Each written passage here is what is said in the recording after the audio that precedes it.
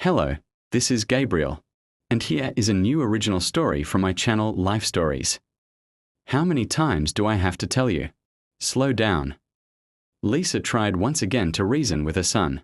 Leave me alone. I'll decide how to drive myself. Daniel smirked at her. Donya, this is dangerous, she said, barely holding back a scream. Slow down. Get back into your lane. When you buy your own car, then you can tell me what to do. Right now, I'm in charge. Daniel glanced at his mother and deliberately jerked the steering wheel left, swerving into oncoming traffic, not just into the opposite lane, straight toward a pedestrian crossing the road.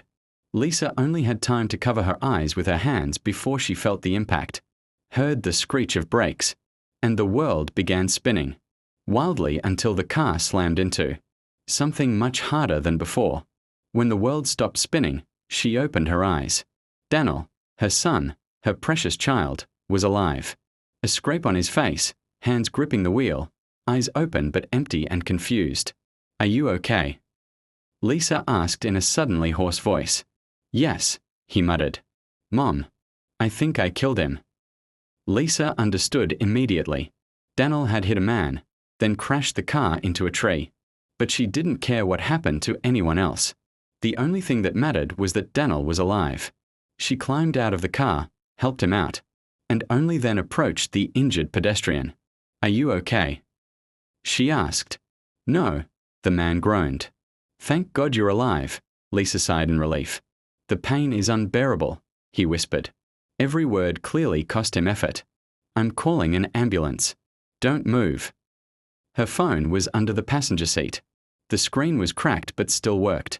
Lisa dialed emergency services and quickly explained that a man had been hit on a deserted road outside the city.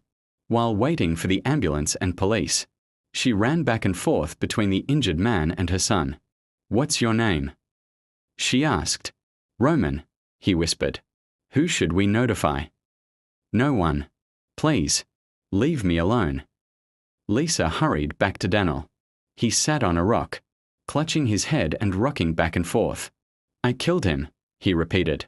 No, sweetheart, Lisa hugged him. He's alive. He's talking. You don't understand. Suddenly, Daniel looked at her with anger in his eyes. The car is destroyed. Donya, that's nothing. I'll save up and buy you another one in a couple of years. 2 years. Hatred flashed across his face. And until then what? Walk everywhere. Take the bus. I'll try to do it faster, Lisa whispered. Doesn't matter anyway. I'll probably go to prison. No, she panicked. I was driving. What are you talking about? You were tired after studying, remember? So I took the wheel. I got distracted by my phone and drifted into the other lane. Mom, are you insane? I was driving, Lisa repeated calmly. There were no witnesses. And he. She nodded toward Roman. He's in such bad shape he probably won't remember, and one of his friends laughed mockingly. If you don't like it, go somewhere else. Lisa looked at her son, hoping he would defend her. Mom, I already told you. Don't bother us. There was steel in his voice, comma. She silently returned to her room, comma. That terrible evening became the last peaceful night of her life. Then came the investigation, the trial, and the harsh sentence, comma. The injured man turned out to be influential. Lisa was sentenced to prison, comma. Only after arriving at the correctional facility did the chaos stop. What are you in for? One inmate asked. I hit a man with my car. And my son was driving, comma. The women burst into hysterical laughter. You took the blame for your son? You really are crazy. Only one woman stayed silent.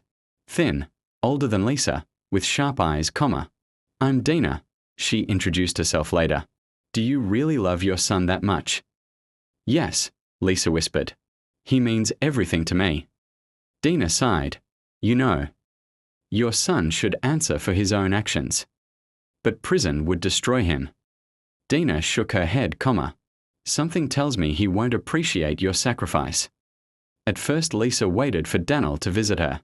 Days passed. Then weeks. Then months. He never came, comma. Eventually, she stopped waiting. Dina became her only friend. One evening she said, "When you get out, start a new life. Your son is grown. You can't change him. Allow yourself to be happy, but happiness is family." "No," Dina replied softly. "Happiness is inside you." Dina was released early. 3 months later, Lisa also walked free, It was the beginning of summer, She hurried home dreaming of hugging her son, Daniel opened the door and looked at her coldly. "What do you want?" "Son, it's me. You should leave. I'm not living with an ex-convict." "But this is my apartment." "Was," he sneered. "You signed it over to me, remember?" Then he threw a large bag of her belongings onto the floor. "Take your junk and go." He smirked cruelly. "By the way, Mom, you promised me a new car in 2 years. Well, 2 years have passed, The door slammed in her face. Lisa stood there frozen, finally understanding what Dina had meant. "Fine," Daniel said suspiciously. "Just don't change your mind later, Lisa expected him to throw himself at her feet in gratitude like in movies or books. Instead, he took out his phone and called his friend. "Yeah, we got into an accident. A pedestrian. No one died, but it was stressful. We need to relax tonight. I'm paying." He laughed. Lisa smiled weakly, thinking he was coping with shock, That evening she returned home exhausted. The police had taken her statement and ordered her to appear the next day. The apartment was dark and silent except for the ticking clock. Her head hurt terribly. She collapsed onto the bed and instantly fell asleep. Later she woke to loud music, laughter, and shouting, Daniel had invited friends over. "Mom, go back to sleep," he snapped when she asked them to be quieter, She tried to find work, but no one wanted to hire a woman with a criminal record. Eventually, a restaurant manager offered her a job washing dishes and a tiny storage room to sleep in. She accepted. She had no other choice. Months passed. One day, Lisa noticed a young homeless-looking girl sitting near the restaurant. Despite her dirty clothes, she clearly came from a wealthy background. "What's your name?" Lisa asked. "Anya." "Where do you live?" "Nowhere. I was in an accident. I lost my memory. Nobody came for me." Lisa shared her lunch with the girl. The next day, they walked together through the city.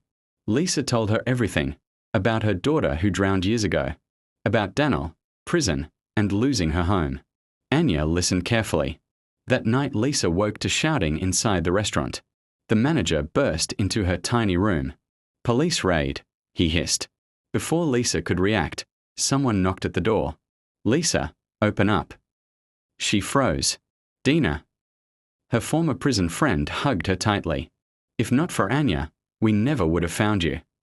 It turned out Anya was actually an undercover police officer, investigating an illegal casino, operating inside the restaurant. "And there's someone else who wants to see you," Dina smiled. Nearby stood a tall man with a cane. "Roman, the man from the accident." He smiled warmly. "I used to think you were an angel who appeared after the crash." Lisa felt tears fill her eyes. Months later, Roman proposed to her.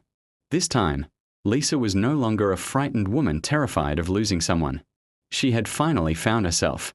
And beside her was someone who truly valued her, sincerely, calmly, and without selfishness.